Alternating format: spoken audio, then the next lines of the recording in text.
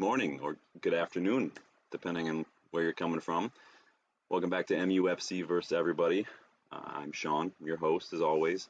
I just wanted to stop for 1 second before we dive in and thank everybody for watching the videos, for following, for getting involved. I'm really appreciative of that. We've gotten quite a few views in the last week since we started the channel, and I'm super excited, super thankful, super appreciative, and I'm looking forward to keeping this going, seeing how it grows. I love United. I love talking about United. I love talking about football, and I'm just thankful to have an opportunity to do that. And I encourage everyone to share their thoughts, comments in the videos, or try to do some live streams in the future, get a little bit more interactive. But I'm excited to see what happens, and I'm really thankful that you guys are following along.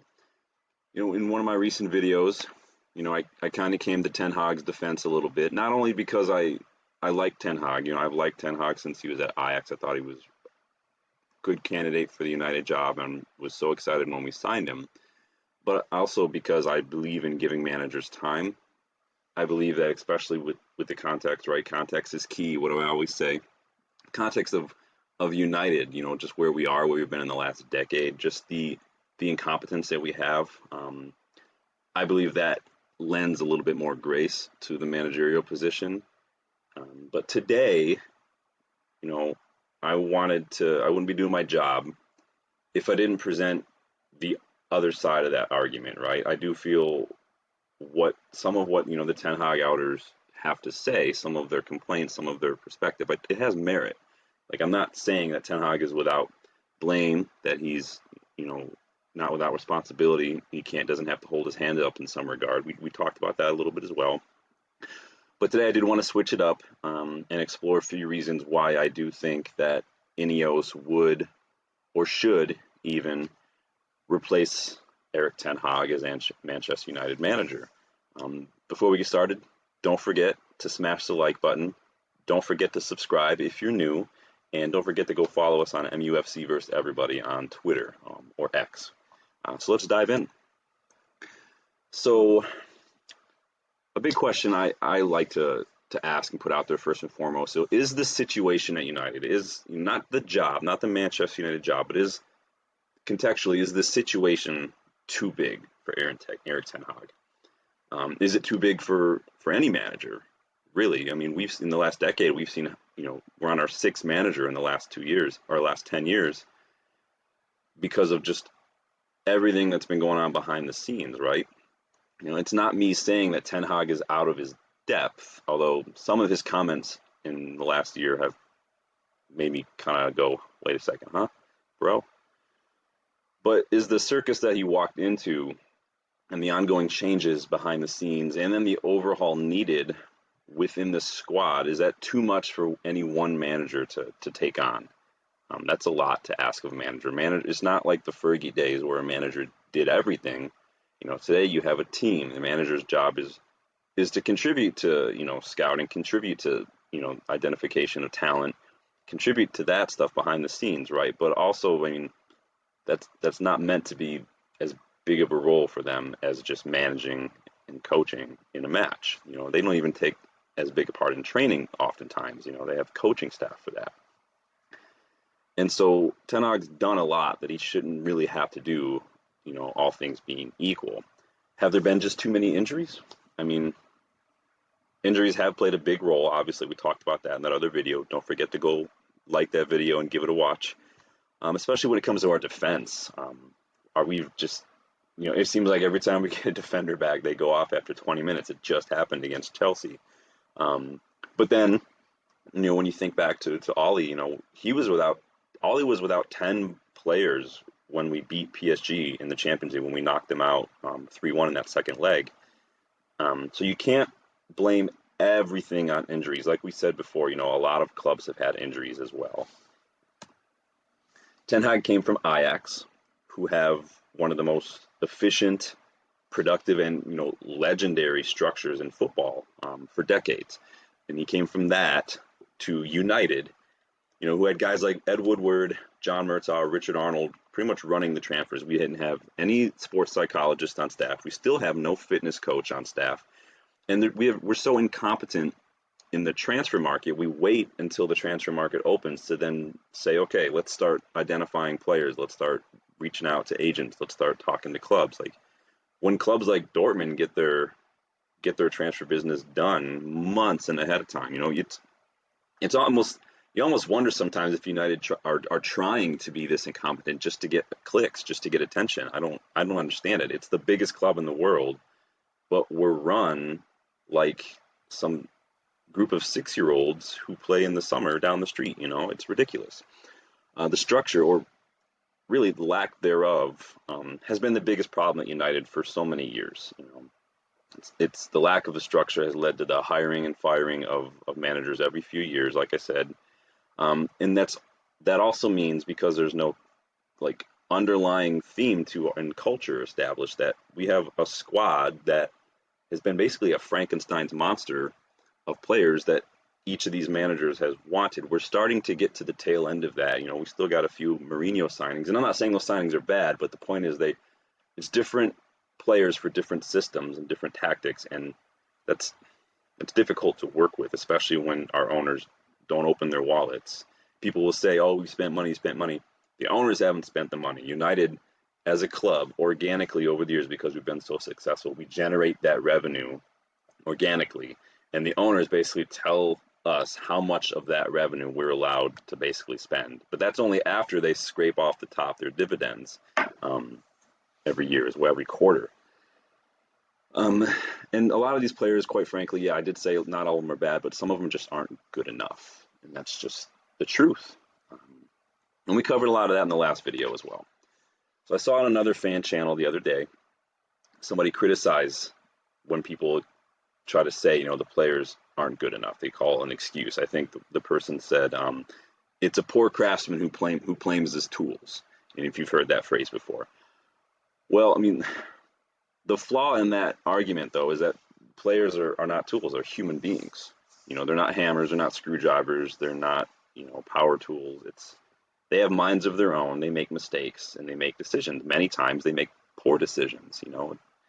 Ten Hag is not on the touchline with a PlayStation 5 controller, holding down the sprint button, holding down the pass button. Let's just get a power shot off here, like it's FC24. He's on the touchline. He's trying to instruct them. Like we saw it against Chelsea. He's on the touchline late in the game, talking to Mason Mount, telling people slow down, control the ball, 1-2, and take care of it. But they just didn't do it. Guys like Bruno and Rashford, they get on the ball, or Dallo late in the match, they get on the ball and they want to go for glory. And it's not that they're selfish. They want that excitement. They want to attack. They want to score goals. But it's not. You can't just do that. There's a time and a place for that counterattack, time and a place for that long ball, time and a place for that risky pass, or that venturing run into the final third, like we saw from Dallo. And that was not the time nor the place for it. We needed to keep the ball. So you see what I mean when I point out the flawed logic in that, a poor craftsman blames his tools argument, because they're not tools. They're human beings. They make mistakes. Again, like I said the other day, ask any parent or any teacher how easy it is to keep people in line. Ask any boss or any sports coach how easy it is to keep people in line. It's not easy. People have minds of their own. So not only is the squad a mixed bag, but that managerial cycle is a big factor in why the players haven't improved over the years. There's a book I just read a little while back by Ben Littleton. Great author, by the way. Shout out to Ben Littleton. He's got one of my favorite books back here. This book, 12 Yards, awesome.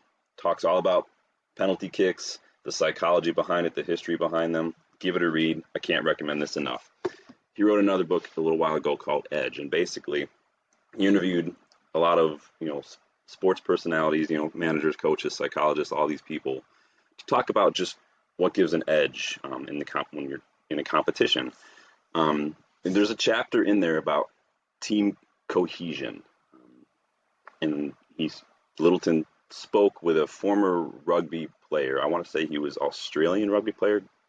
Forgive me if I'm wrong, but this guy did a study over, I think it was 30 years, covering 9 different sports, and looked at the data. And what he found is a very high correlation between high turnover rate and player development. And what that correlation, it's an inverse correlation. So basically what that means is the higher the turnover rate, the lower individual development in the players.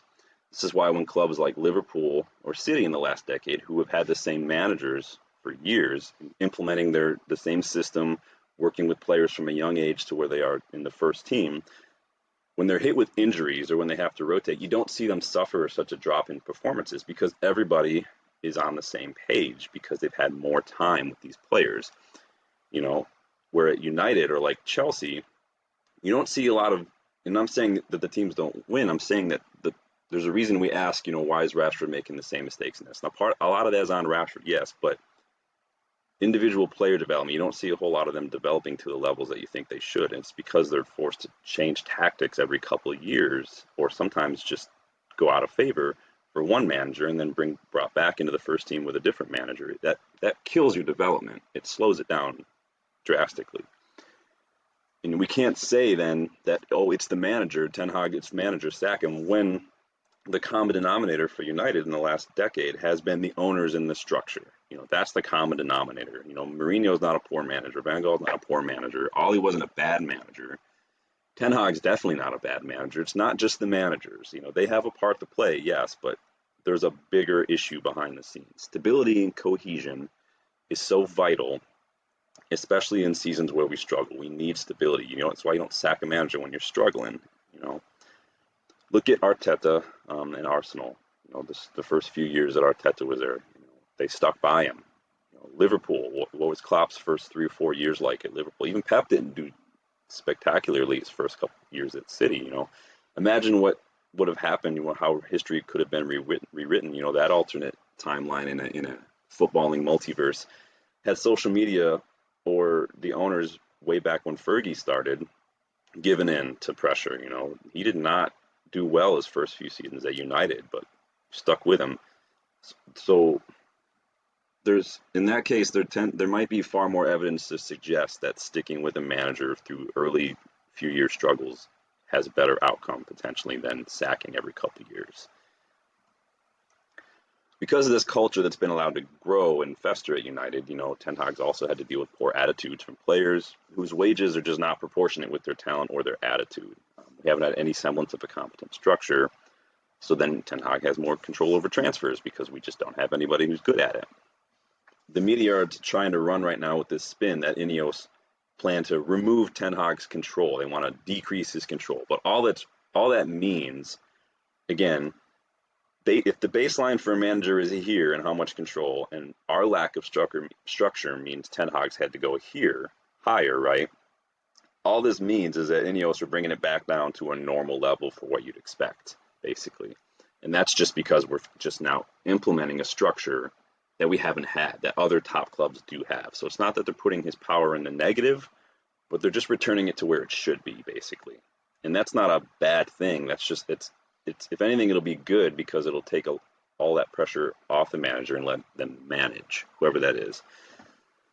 So, all that to say, what do I think would cause INEOS to replace Ten Hag? What do I think would give them good reason to maybe replace Ten Hag?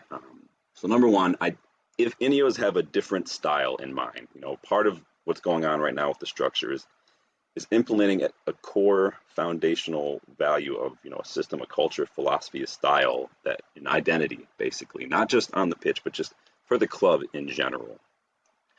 Remember too, INEOS didn't appoint Ten Hag. He was already in place as manager before INEOS arrived. And, is the style and the culture that INEOS and Sir Jim and his team are thinking about doing, is that in line with Ten Hag, with his style, with his philosophy? If not, should Ten Hag go for everyone's sake, including his own, or should he change to adapt? If he isn't playing his style, if they say, you need to play more attacking this, more risk, more counterattack this, if that's not his style, is it just a waste for Ten Hag to be here then? Should he go to a club where maybe, he can play that style? Would INEOS want to play a more attacking style? I've seen Kieran McKenna, former assistant manager at United, mentioned, and not for the first time. I think he was mentioned several months ago as well. He plays attacking football. I was just watching that Ipswich match against Norwich today. They play attacking football, and their they're running away with the league and the championship. They have a good chance of being promoted. I wouldn't be opposed to appointing Kieran McKenna with a caveat several years down the line. Let's see how he does this year. If he wins promotion, right? And then let's see how he does in the Premier League for a season or two before I start thinking, because he's young. What is he, mid-30s, 37, 38? He's young. He's fresh. We saw what happened when, some people like Frank Lampard jumped ship too soon when they probably really would have been better off sticking with, in Lampard's case, Derby for a couple more seasons and really learning their trade. You don't want to try to sprint before you learn how to walk as a manager, and McKenna is doing a really good job. And he and Ollie and Carrick were praised when Ollie was here for not only for their attacking play, but for the way they set up defensively as well. So he's clearly got it tactically as well. But there's a lot to be said for experience, and I think that I don't have a problem with McKenna in the future, but I'd want to see how he does first with a few years. Maybe INEOS want the next fresh, exciting young manager. I saw we've recently been linked with Thiago Motta, who's doing a really good job with Bologna this season. He's implementing some very, very interesting, very innovative positional play, which has structure, but it's not as rigid a structure as some other managers. He trusts his players with creativity and expression, especially in the final third. He likes to exploit the half spaces. He likes to create a lot of chances, usually from wide, and then he gets his midfielders to underlap, and it causes an overload, and it's doing a really good job. He's been talked about a lot. He's kind of the new young thing, and maybe INEOS want that. Maybe this unique combination of tactics and expression, would be good. I wonder, though, if the tactical side, because Motta is trying some new things, yes, it would get the players thinking, but I wonder if that's a good thing or a bad thing with some of these United players. Remember, we talked a little bit about how not all of them have that IQ, not all of them have that ability to read and handle the vision involved with some of that. And so I wonder if it would translate well, or if it would be another situation where it's going to take a couple of years and people start to get impatient because they're not seeing immediate results. You don't know. Another way I could see INEOS replacing Ten Hag is if they already have their manager in mind, if they already have someone lined up. It's the most dangerous time for any manager, right, is if new owners arrive. That's just a fact. There's been a lot of talk about Gareth Southgate, mostly drummed up by the media, mind you, but they're pushing this notion that this connection between Southgate and Dan Ashworth, who hasn't even joined United yet, by the way. We still haven't even finalized a deal. I don't think we're even close to a deal with Newcastle yet for Ashworth. But the media are pushing that connection and saying, Southgate is INEOS's man. I remember when the stories first broke, 3 weeks or so ago. You got to not just read the headlines. You need to go through and read the articles, because the more you click on one and you go through and say, and follow the links to where they're sourcing it from, eventually you get to the original source, the Daily Star, whose source, by the way, is the ever famous According to Sources. So I'm not wholeheartedly saying, it's not true. I'm just saying, don't read the headlines only, read the articles. And if there's links that say, the Daily Mail got this from the Daily Star, click on the link, follow it back to the Daily Star, and see where they're getting it from. If it's behind a paywall, it is what it is. Somewhere somebody will have the link. Don't read the headlines, read the articles. The rumor gained traction as the days go by, but it gained traction kind of like how a snowball grows as it rolls down a slope, a mountain, basically. I don't buy it at all, but we'll see. The media has been just chomping at the bit for the manager, somebody to get sacked, and United's always an easy target. It's low-hanging fruit, especially these days. So, and we generate clicks. More people followed and engaged with United's season last year, than City's treble. And so that's just, you can't buy and you cheat your way to that kind of status. That's just the way it is. Plus, getting back to Southgate, like another rumored target, Julian Nagelsmann, who I like, by the way. I do like Nagelsmann, but the problem is the Euros. Southgate will be at the Euros with England just like Nagelsmann will be at the Euros with Germany, which means you miss out on preseason, basically. which is not good for managers, not the way you want to start your tenure. That's starting in the negative, that's starting with such an uphill battle, and it can impact the transfers, it can impact the system, and it could take even longer. You're basically using the first couple months of the season as a preseason, which not a good way to start at all. So I can't see either happening right now anyway.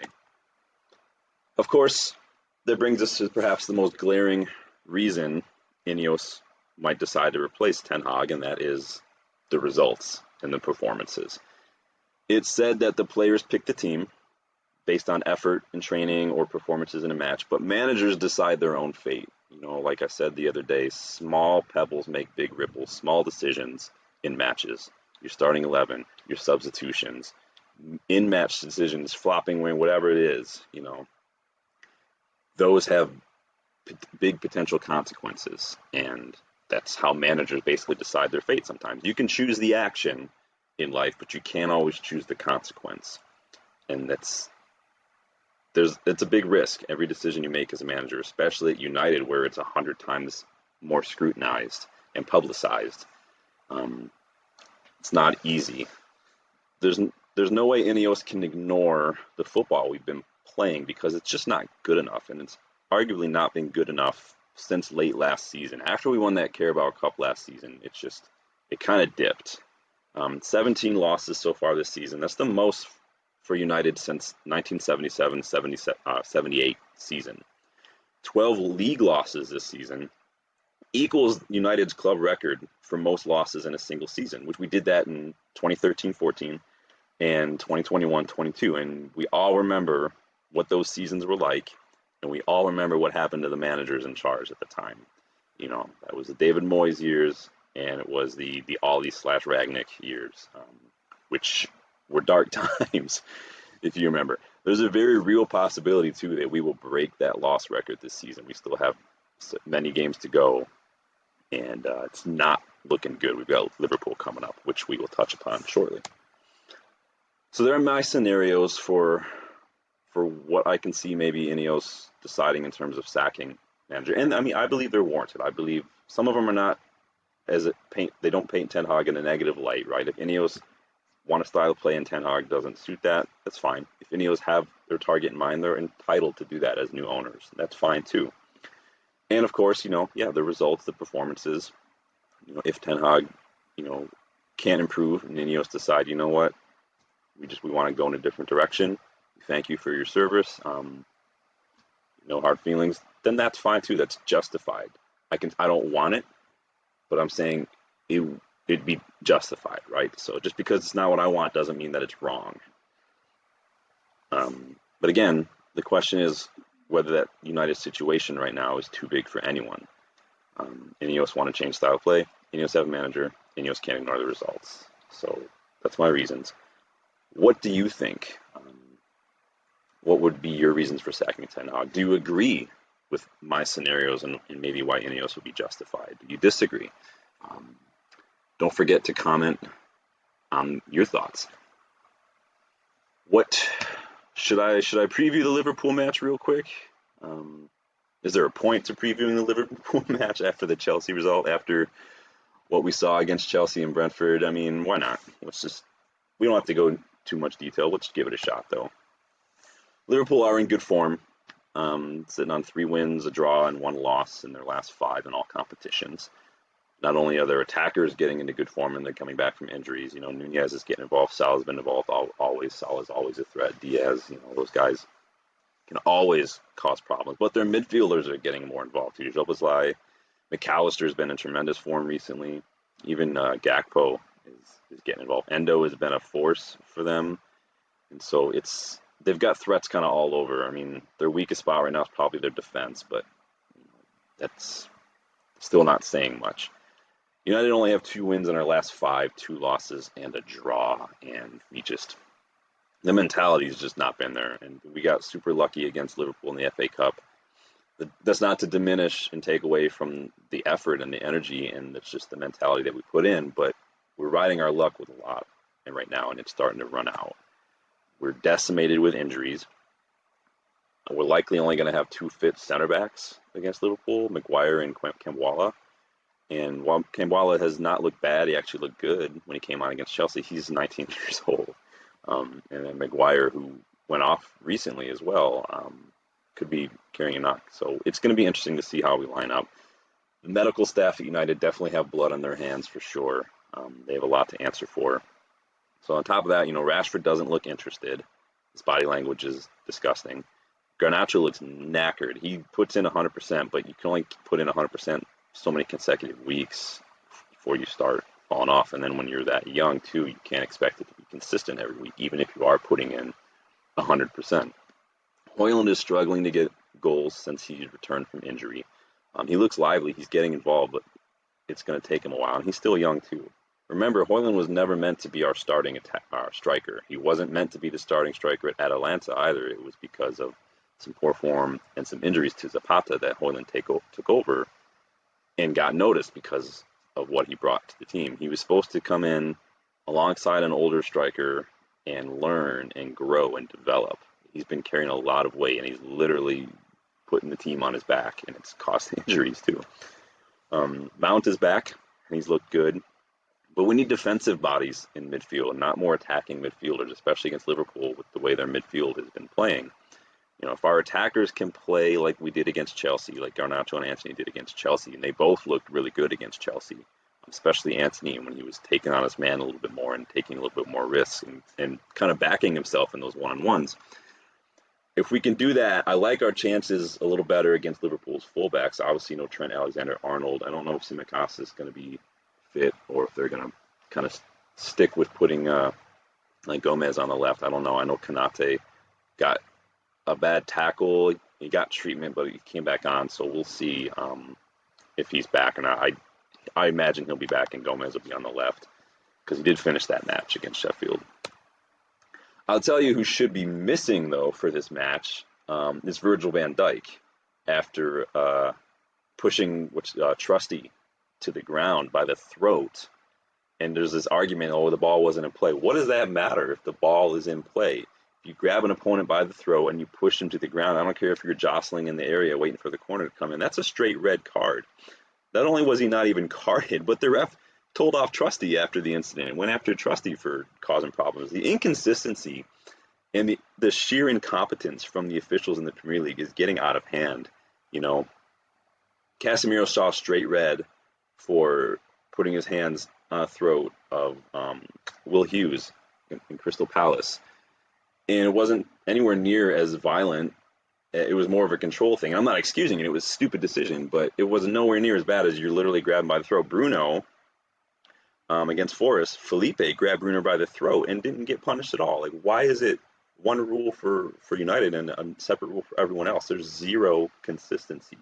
Van Dijk should have been shown a straight red card, and that's just the plain simple. But nobody wants to ruin Jurgen Klopp's farewell party, I guess. That's the rule. I guess the refs all got the invitation to that party, and they don't want to blow it. So, got to get that +1, right? So, I think Ten Hag will trust Aaron Wan-Bissaka against Salah on the left like he did in the FA Cup.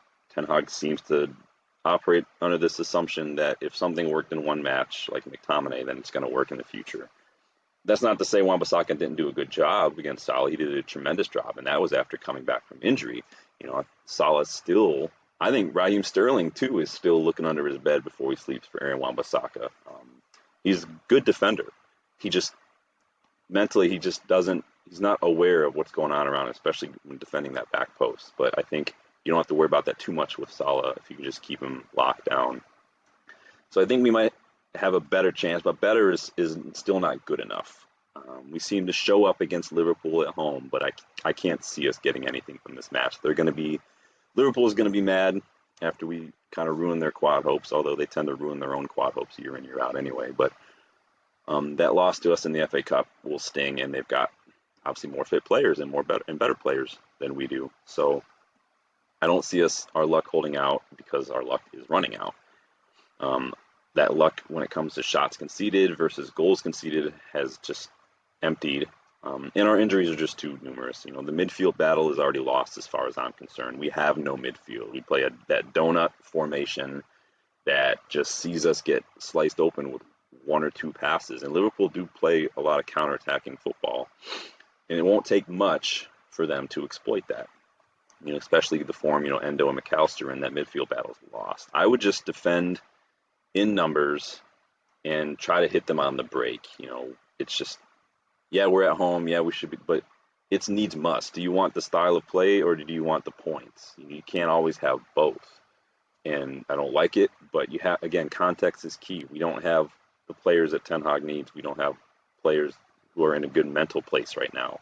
We have Bruno, who is exhausted. Garnacho is exhausted. It just is what it is. And so the tail end of the season, we have to literally drag ourselves across the finish line at the end of the season. And this is how you do it, unfortunately. I just hope we can keep the scoreline respectable and try to get to the next few matches with as few injuries as possible, because we really can't afford to lose anybody else.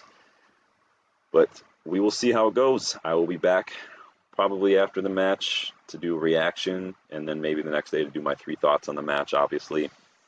What are your thoughts, though? What do you think about INEOS and Ten Hag's future? What do you think about Liverpool? How would you line up against Liverpool? What kind of tactics would you like to see us use? Who would you drop and not start at all against Liverpool? Let me know in the comments. Don't forget to like the video. Don't forget to subscribe to the channel if you're new. Let me know your thoughts, and I will see you in the next one. Thanks.